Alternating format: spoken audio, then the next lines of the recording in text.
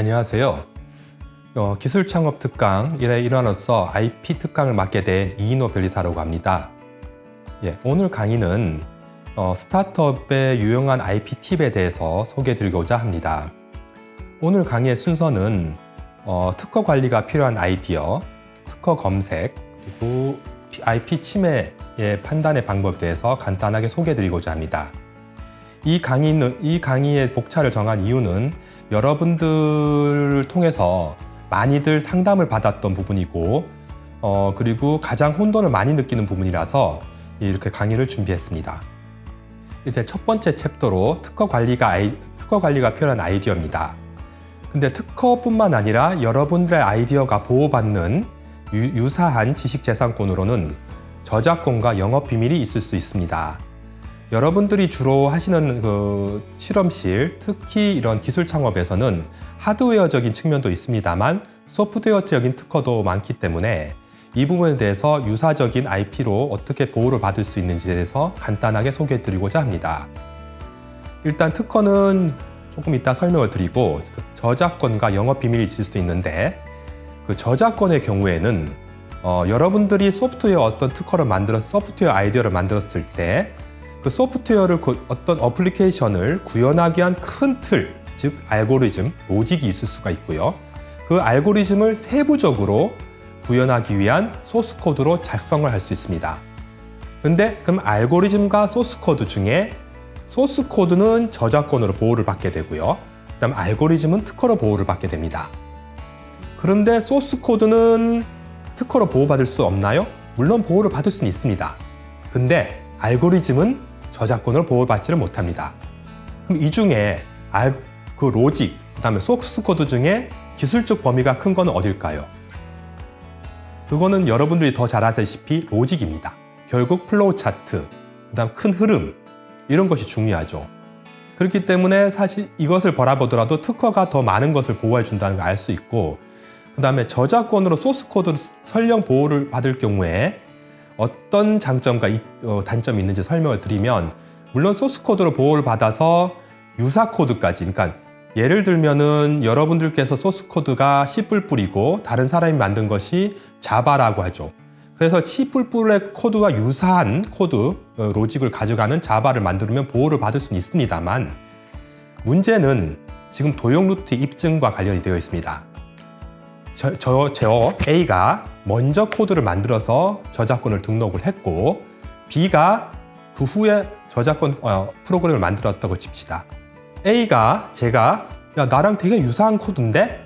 그래서 저작권을 침해한 것이다 라고 주장할 수 있는데, 이때 B가 자주 빠져나가는 방법이 당신의 코드를 보지 아니하고 내가 독자적으로 개발했다는 겁니다. 그래 되면 그것을 독자적으로 하지 아니하고 내 것을 보고 B가 침해했다는 것을 내가 입증해야 됩니다. 내가. 그 부분이 굉장히 어렵습니다. 그렇기 때문에 그 부분 때문에 저작권에서 그 부분이 취약하다는 겁니다. 그러나 특허권의 경우에는 특허는 등록이 되면 모든 건을 공개하게 되어 있습니다. 그 공개된 건이 굉장히 많습니다만 그것을 봐야 될 의무는 내가 그 후에서 제품을 만드는 자, 침해를 하려는 자가 봐야 되는 겁니다. 그래서 도용 루트, 즉 B가 당신의 특허 문헌을 보지 않고 나는 만들었다 라는 점으로 항변할 수 없습니다. 그걸 왜 보지 않았냐는 거죠, B가. 그렇기 때문에 도용 루트를 입증할 필요가 없다는 것. 즉 나와 로직이 비슷하면 된다는 겁니다. 그러니까 조금 더 낫다는 거죠. 그래서 특허가 더 강력하다는 거고, 그 다음에 두 번째로는 아까 저작권으로 약간의 변형과 약간의 그것이 가능하다지만 그 변형과 우회의 범위는 특허가 더 강력하다는 겁니다.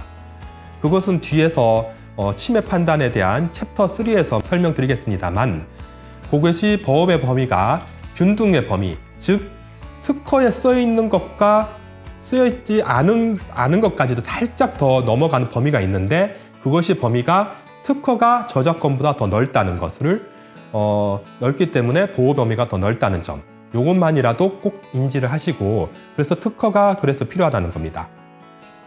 그러면 특허로 보호받아야 될 아이디어에 대해서 설명하기 전에 이제 마지막으로 영업 비밀이 있는데, 영업 비밀에 관해서 설명을 드리고자 하는 이유는 그 소스 코드를 만들고 그 소스 코드 안에 예를 들면 AI 로직을 만들 때 어떤 학습 데이터셋을 쓸 것이냐, 어떤 파라미터를 쓸 것이며 어떤 가중치를 할 것이냐에 대한 것이 굉장히 세부적인 게 있을 수 있는데, 그게 저작권으로도 굳이 넣을 필요가 없죠. 근데 이것은 굉장히 중요합니다.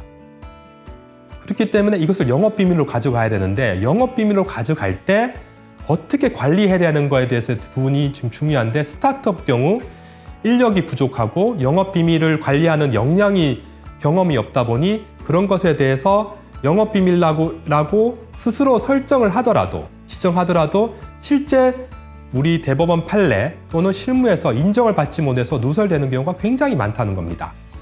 그래서 그 다음 부분에서 잠깐 영업 비밀에 대한 관리를 할 때의 실무적인 어떤 방안에서 설명드리고자 합니다. 일단 영업 비밀이 누설되는 루트는 정말 자기가 모르는 사람을 통해서 나가지 않습니다. 일단 자기의 내부 직원, 그 다음에 납품처, 그 다음에 저의 제품을 의뢰해가지고 만들어주는 제작 협력사, 즉 하청사, 세 군데를 통해서 나가는 것이 대부분입니다. 근데 첫 번째로 이제 내부 직원들의 문제입니다. 아까 소스 코드의 어떤 파라미터 같은 것은 결국 같은 내부 직원들, 특히 개발자들끼리 공유를 하게 되는데, 이 부분에서 혹시 그 직원이 퇴사하고 나서 그 유사한 것들이 만들어지는 거죠. 그러면은 퇴사하고 만들어졌기 때문에 무조건 영업 비밀을 가져간 것이니까 소스 코드에 대해서 판매나 그 다음에 남들한테 양도를 하지 말라고 금지 청구를 할 수 있습니다. 근데 그 금지 청구하려면 그 요건이 생각보다는 좀 까다롭다는데 문제가 있습니다.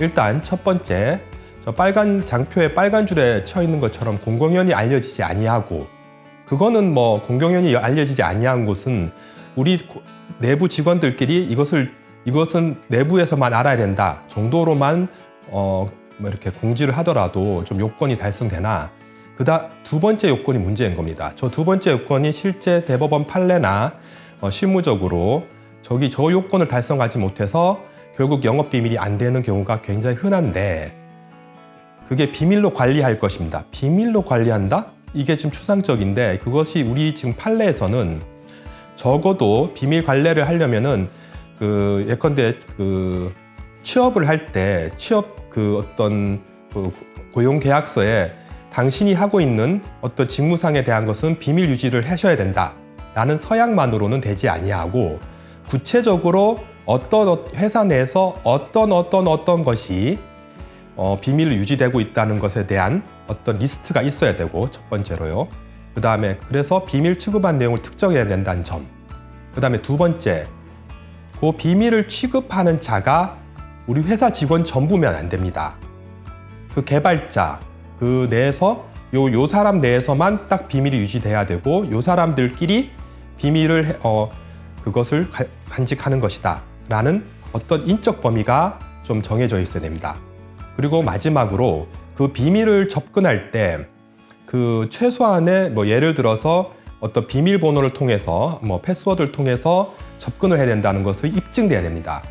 근데 이제 대부분 스타트업 경우에서 작게는 5명, 많으면 50명, 100명까지도 갑니다만, 저런 어떤 비밀 취급에 대한 어떤 프로세스를 제대로 갖추지 아니해 가지고 누구나 접근할 수 있는 공유 서버에다가 보관할 경우에는 그 비밀 관리의 요건을 결여가 돼서 비밀 유지가 아닌 것으로 보게 됩니다. 누구나 접근할 수 있었던 거 아니냐?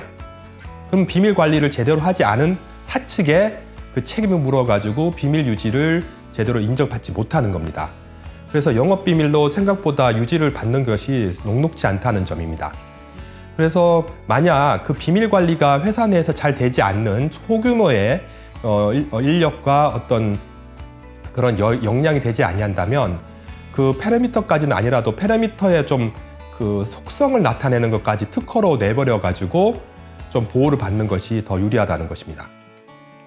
그다음에 납품 거래처로 인한 유출도 매우 심각한 문제가 많습니다. 특히 자기가 어떤 애플리케이션을 개발을 했고, 그 애플리케이션에서 고객을 유인할 수 있는, 그러니까 고객의 어떤 성향 패턴을 잘 분석해가지고 고객한테 추천하는 어떤 로직이 있을 수 있는 것들이 많은데, 그 고객의 성향 패턴을 만일 판단할 때 특별한 로직이 있고 어떤 퍼포먼스가 좋다고 치면, 그러면 그 로직이 이제 자기가 개발을 못해서 그 소프트웨어 제작업체에다 맡겼을 때 그 소프트 제작업체가 보더라도 이게 괜찮으면 다른 사람의 의뢰가 들어왔을 때 그 유사한 것이 타고 넘어가는 거죠. 그럴 때 이제 그래서 굉장히 유사한 어플리케이션이 출시가 된다던가 해서 문제가 되는 경우가 많은데, 이때도 우리 판례는 단순히 계약서상으로 이렇게 한다는 것뿐만 아니라 반드시 그것을 적시해야 됩니다. 어느 부분을 이것은 비밀로 하셔야 되고, 이 부분에서 문제가 됐을 경우에는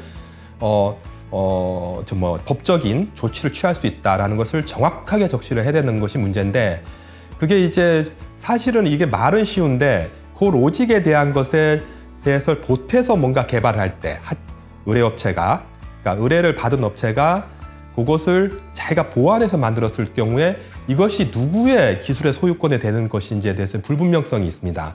그래서 계약서상에 그런 파생적인 부분, 그러니까 의뢰를 받은 업체에서 만든 그런 파생적인 부분도 해당한다는 것까지 다 이렇게 특정을 해주지 않으면 그런 데서 문제가 생겨가지고 비밀이 유출되는 경우가 좀 다수 있다는 점. 그렇기 때문에 좀 영업비밀로서 관리하기가 좀 그런 부분이 어렵다면, 그런 부분이 만약 파생적인 부분이 의뢰 제작업체 통해서 뭐가 나왔을 때 서로 협의를 해서 특허 출원에다가 넣어버리는 것도 하나의 방안이 될 수 있다 해서, 특허 출원이 굉장히 어떤 권리보다도 현재 전제하는 법적 어떤 절차 권리로서는 가장 강력하다는 점 꼭 인지하시기 바랍니다. 그러면 특허 관리가 필요한 아이디어 범위는 어디까지일까요? 그거는 일단 그 실험실 창업이나 대학원 교수님들의 창업을 보게 되면 실질적으로 실증된, 그러니까 자기 아이디어가 실증된 내용만을 자꾸 포함하시는 경향이 많습니다. 그러다 보면 거기서 좀 개연성 있게 나올 수 있는 다른 또 어떤 더 좋은 점, 개선점들을 포함할 수 있는데, 그 개선적인 문제에 대해서 실증되지 않았기 때문에 이 기술은 나중에 출원을 하자라는 경우가 있는데, 그거는 조금 제가 볼 때 나중에 좀 후회할 일을 좀 만들게 됩니다. 그게 왜냐하면 그 특허 출원을 하고 그 특허 출원이 공개가 1년 6개월 뒤에 되는데, 그 1년 6개월 뒤에 되고 그걸 보고 바로 개선점이 나온다던가, 아니면 다른 사람들이, 그러니까 실험실 특강인 경우에는 또 여러 이제 컨퍼런스를 가게 돼서 내가 어디까지 특허를 냈다는 이야기를 좀 하게 됩니다. 그러면서 그 잠깐의 개선점을 다른 데서 출원하는 경우가 있기 때문에 그 아이디어가 실증된 아이디어뿐만 아니라 조금 더 조금 범용으로, 그리고 향후 개발 과정에서 포함될 것까지, 그러니까 어떤 기술 로드맵에서 한 발짝 앞서가는 기술까지 좀 미리 좀 담아 놓는 것이 중요하다는 점, 그것을 꼭 좀 숙지하시기 바랍니다. 그리고 실제 스타트업 같은 경우에는 어떤 가성비 좋은 특허를 담고 싶어 하는 것이 있는데, 가성비가 좋으려면은 향후 기술 로드맵에 있는, 그러니까 실증되지 않은 아이디어들도 한꺼번에 그 기술의 범주에 속한다면 한꺼번에 들어가는 게 좋습니다.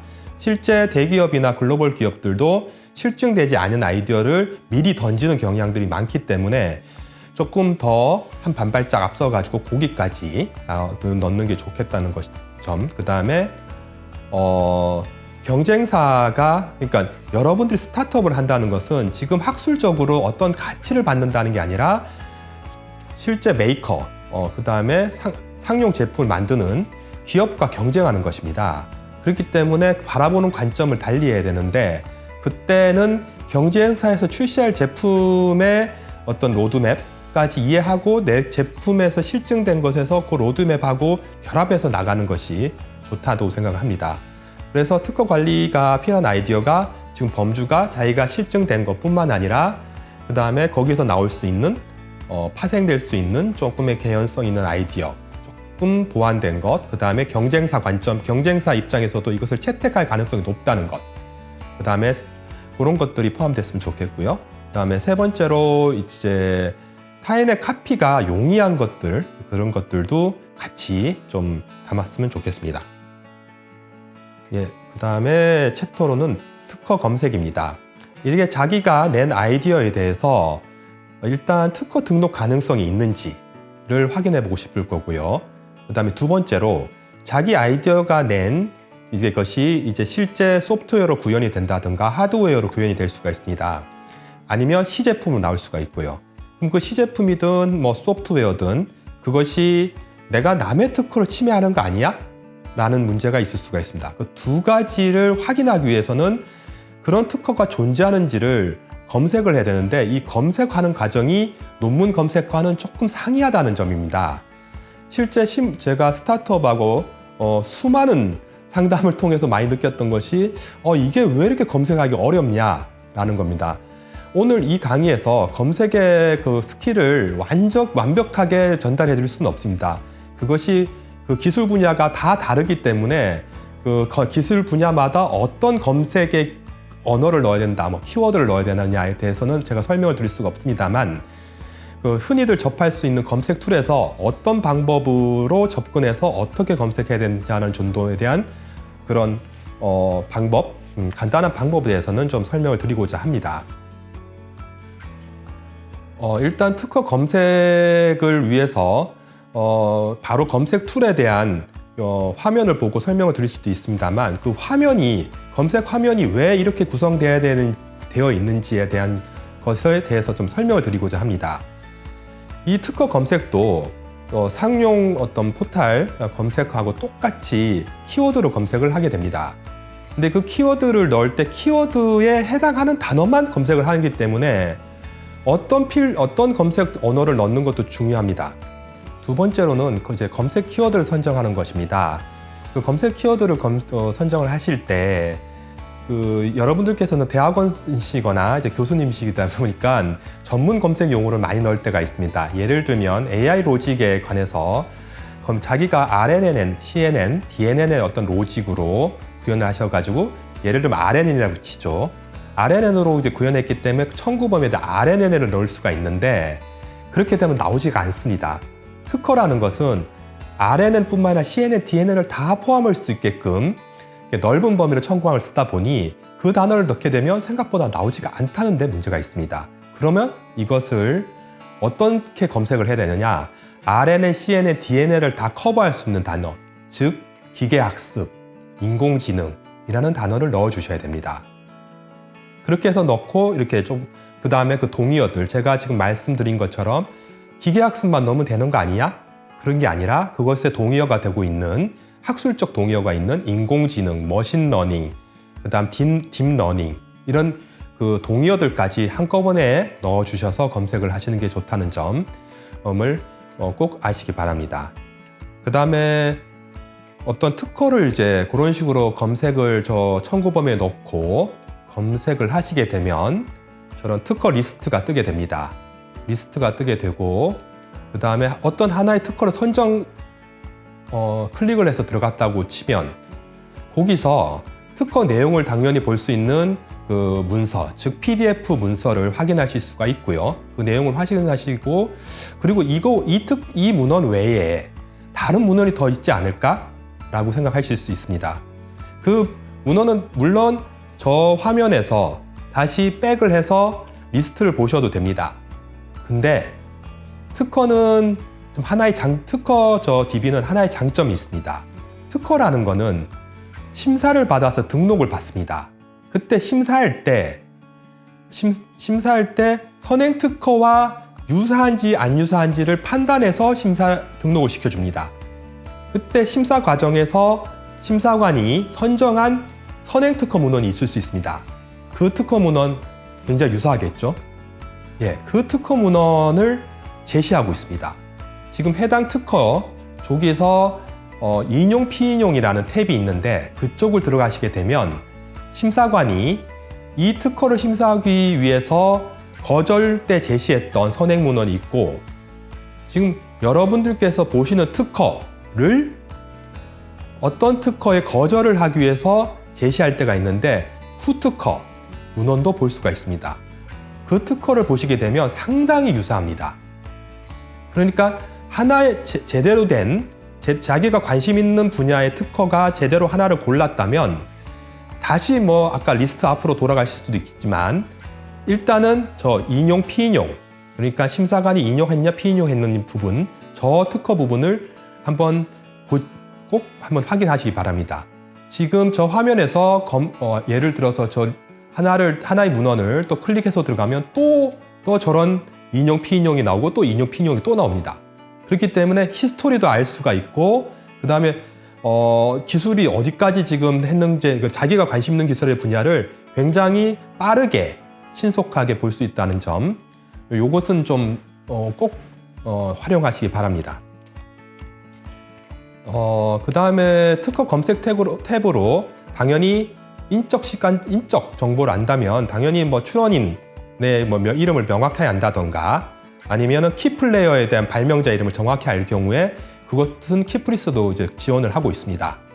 그리고 키프리스는 해외 특허도 검색을 지원하고 있는데 미국, 유럽은 해당이 되고 만약 일본 경우에는 우리나라 언어를 집어넣으면은 한국어를 집어넣어서도 검색이 됩니다. 다만 기계 번역이 되기 때문에 완벽하게 검색되지는 아니하고 조금 누락되는 부분이 있다는 점, 요 점만 참고하시면 되겠습니다. 일단 구글 특허 검색을 잠깐 살펴보겠습니다. 구글 특허는 검색창이 다른 특허 DB 키프리스와 달리 하나의 창으로 되어 있습니다. 그래서 자유 검색 부분처럼 검색이 이루어집니다. 근데 구글 특허 검색의 좀 장점은 AI적 로직이 좀 포함되어 있다는 겁니다. 키프리스의 경우에는 자기가 넣은 키워드가 시계열적으로 나오는 겁니다. 예를 들면은 가장 최신 순부터 쭉 이렇게 차례대로 나온다던가 아니면 가장 과거 순부터 차례로 나옵니다. 그러다 보니 자기가 원하는 걸 찾으려면은 하나하나 들여다봐야 되는 경향이 좀 있는데 구글 특허의 경우에는 가장 그 단어, 자기가 관심 있는 단어가 많이 포함된 것부터 해서 검색의 의도를 추정해가지고 가장 유사한, 가장 관심 있다고 생각한 것을 리스트업을 시킵니다. 그래서 거기에 배열되기 때문에 첫 페이지부터 좀 빨리 확인할 수 있다는 점이 좀 중요하고요. 그 다음에 그런 부분이 중요하고 또 특히 영미권 특허의 부분에 있어서나 또 중어권까지도 사실 키프리스보다 좀 낫다고 보시면 됩니다. 그리고 아까 제가 특허 검색을 하게 되면 하나의 똘똘한 특허를 찾았다고 치면 그러면 심사관이 찾은 인용, 피인용 문헌을 이렇게 트리 구조처럼 볼 수가 있는데 여기서 구글 특허도 매 마찬가지로 제공을 합니다. 심사관이 인용한 문헌, 그 다음에 숫자가 나와 있는 저 파란색 글씨 부분이 있는데 저기를 클릭을 하시게 되면 심사관이 이 특허를 심사했을 때 참조했던 선행 문헌들이 나옵니다. 그렇게 해서 해외 특허도 좀 빠르게 검색을 할 수 있고 물론 장점은 구글은 한국어 번역을 해줍니다. 저게. 그래서 생각보다 굉장히 좀 파워풀하다 이런 부분도 하나의 꿀팁이라고 할 수 있겠습니다. 이제 이런 특허 검색을 해가지고 아까 특허 등록 가능성에 대해서 판단할 수도 있고 문제는 내가 저 특허를 침해했느냐 안 침해했느냐도 좀 중요한 문제입니다. 여러분들은 지금 학술적으로 하는 것이 아니라 이 제품을 어떻든 B2B, B2C로 팔려는 것입니다. 그러면 구매하는 사람이 특히 구매하는 쪽이 B2B인 경우에는 이게 특허 침해가 문제가 되면 구매자도 특허 침해를 하게 됩니다. 그래서 B2B의 계약서를 보게 되면 침해로 인한 모든 문제는 을이 진다.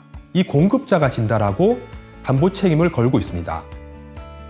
그래서 실제 11번가나 이런 온라인 쇼핑몰의 경우에도 실제 이런 사례가 발생해가지고 문제가 생기면 물품 공급자한테 첫 번째로는 자기들이 배상하나 마지막으로 책임지는 것은 물품 공급자한테 모든 책임을 구상권을 행사하게 됩니다. 이제 마지막으로 세 번째 챕터인 비전문가 수준의 침해 판단 방법에 대해서 설명을 드리겠습니다. 여러분들께서 앞에서 등록된 특허를 검색을 했습니다. 그리고 이제 여러분의 제품에 그리고 시제품이 침해를 하는지 안 하는지에 대해서 판단이 필요한데, 이 판단이 필요한 것은 여러분들이 만약 학술적 수준이라면은 그렇게 중요한 의미를 갖지 않습니다. 그렇지만 스타트업인 경우에는 B2B, B2C로 다른 사람에게 자기의 하드웨어 내지는 소프트웨어를 판매를 하시는 겁니다. 근데 물품을 받는 자, 즉 구매자가 이 물품을 사서 침해 문제가 발생했을 때 물품 공급자만 책임을 지는 게 아니라 구매자도 책임을 지게 됩니다. 그래서 물품 공급 계약서를 보게 되면 이 물품 공급받은 물품으로 인해서 침해가 발생했을 경우에는 물품을 공급한 자, 즉 을이 모든 책임을 진다라는 것을 거의 관용어구로 놓고 있습니다. 계약서에. 그렇기 때문에 여러분들께서 반드시 침해 부분에 대해서 한 번은 좀 판단을 해야 되는데, 모든 특허에 대한 침해가 판단한 것을 다 전문가한테, 즉 변리사한테 의뢰하기에는 비용적 부담이 있습니다. 그래서 러프하게나마라도 좀 한번 판단할 필요가 있는데, 그것을 전문적 수준까지는 아니라도 비전문가 수준에서 할 수 있는 정도를 제가 좀 알려드리고자 합니다.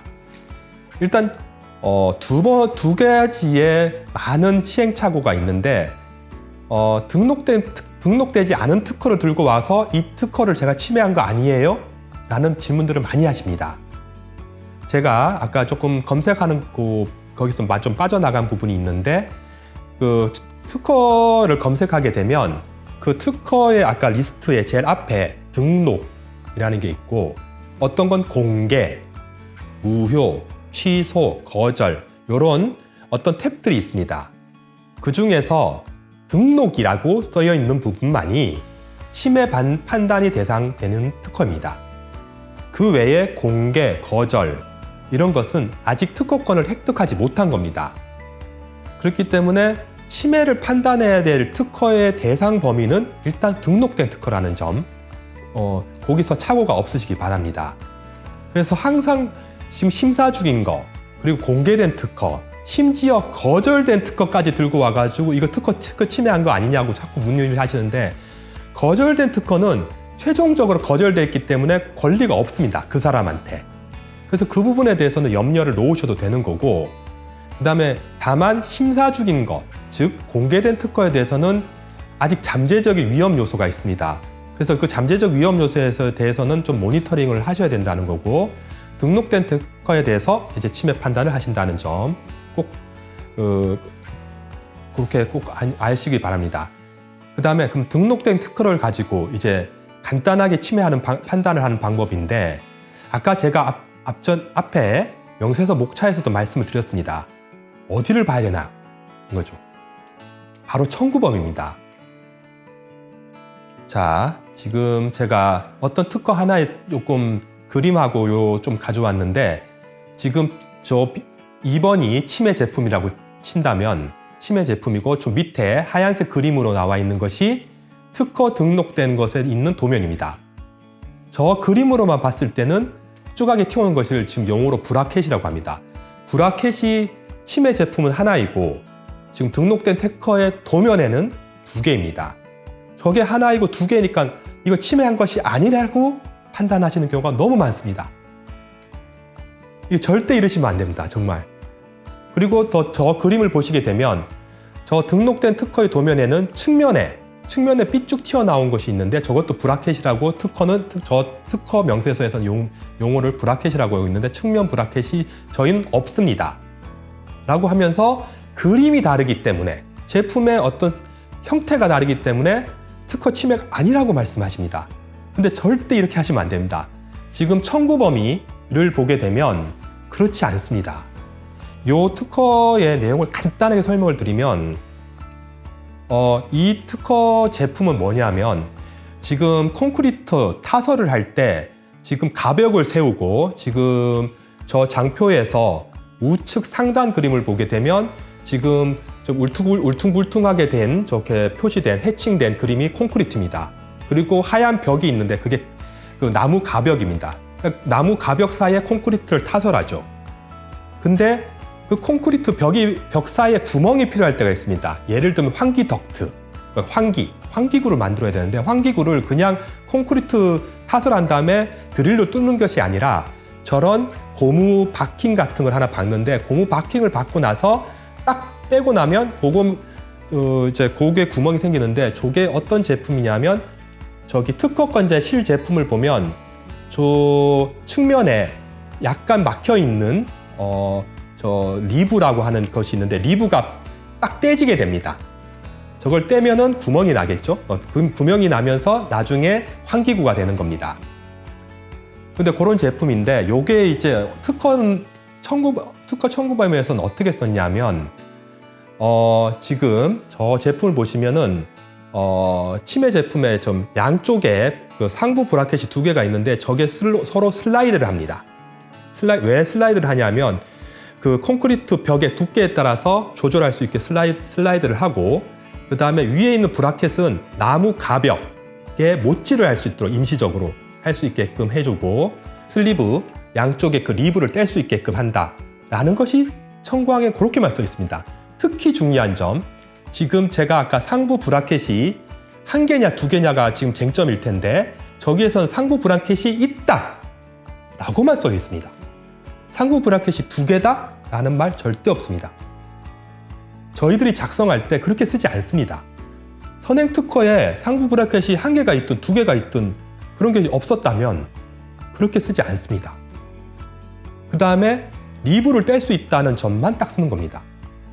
그럼 청구항을 읽게 되면 지금 슬리브가 슬라이드를 하고 그 다음에 그 위에 브라켓이 있고 그 다음에 콘크리트 타설 후에, 그러니까 콘크리트 타설이 다 됐다는 건 완전히 굳어진 다음에 가백을 떼고 리브를 뗄 수 있다 까지만 딱 나온 겁니다.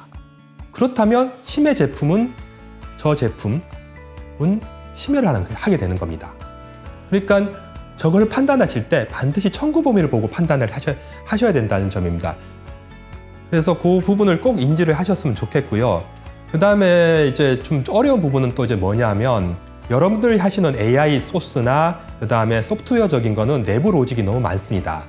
그 내부 로직에 대한 부분은 사실은 리버스 엔지니어링을 하셔야 되는데 리버스 엔지니어링이 가능한 수준까지 하시거나 아니면은 그 소프트웨어 엔지니어들의 그 어떤 제품 사양 내지는 제품 스펙 또는 그 다음에 RFP 있지 않습니까? 그런 것들에 대한 것을 참고는 할 수 있습니다만 아주 상세한 로직이 안 나올 경우는 좀 많습니다. 그런 경우에는 그쪽이 낸 어떤 다른 특허들을 참고한다던가 아니면 논문을 참고해서 좀 보셔야 될 부분도 있습니다. 지금은 조금 제가 그런 소프트웨어 로직보다는 하드웨어적인 좀 쉽게 판단을 할 수 있는 것으로 설명을 드렸습니다만 소프트웨어 특허의 침해에 대해서도 매 마찬가지라는 점을 꼭 인지하시고 특히 소프트웨어 특허에 제가 아까 말씀드린 것처럼 RNN이라고 도면에는 나와 있습니다만 그 플로우 차트에 특허 청구 범위 RNN이 아니라 인공지능, 기계학습이라 그런다면 자기가 CNN, DNN으로 구현을 했다 손 치더라도 그건 침해입니다.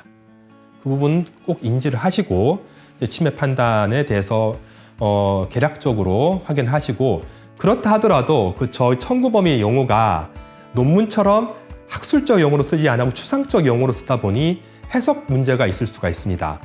특허가 브라켓이 두 개라고 명시적으로 했더라고 하고 우리는 한 개라 하더라도 어떤 경우에는 침해가 될 수가 있습니다.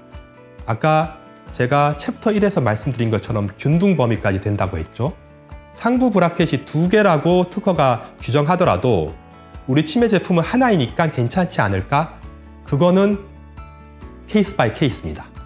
균등론에 적용되느냐 여부에 따라서 좀 되는 건데 그 균등령 적용 여부는 여러 가지 상황을 고려해서 해야 된다는 것이 우리 판례고 그 여러 가지 상황 고려한다는 것이 생각보다 좀 판단할 사항이 많기 때문에 그건 전문가랑 상의를 하셔야 된다는 점 꼭 알아주시기 바랍니다. 저희 강의는 여기까지고요. 지금 여러 가지 스타트업에 대한 이슈에 대해서 간단하게 설명을 드렸습니다만 모쪼록 이 강의가 여러분들의 스타트업의 운영이나 특히 IP 이슈에 대해서 접근하실 때 도움이 되셨으면 합니다. 네, 감사합니다.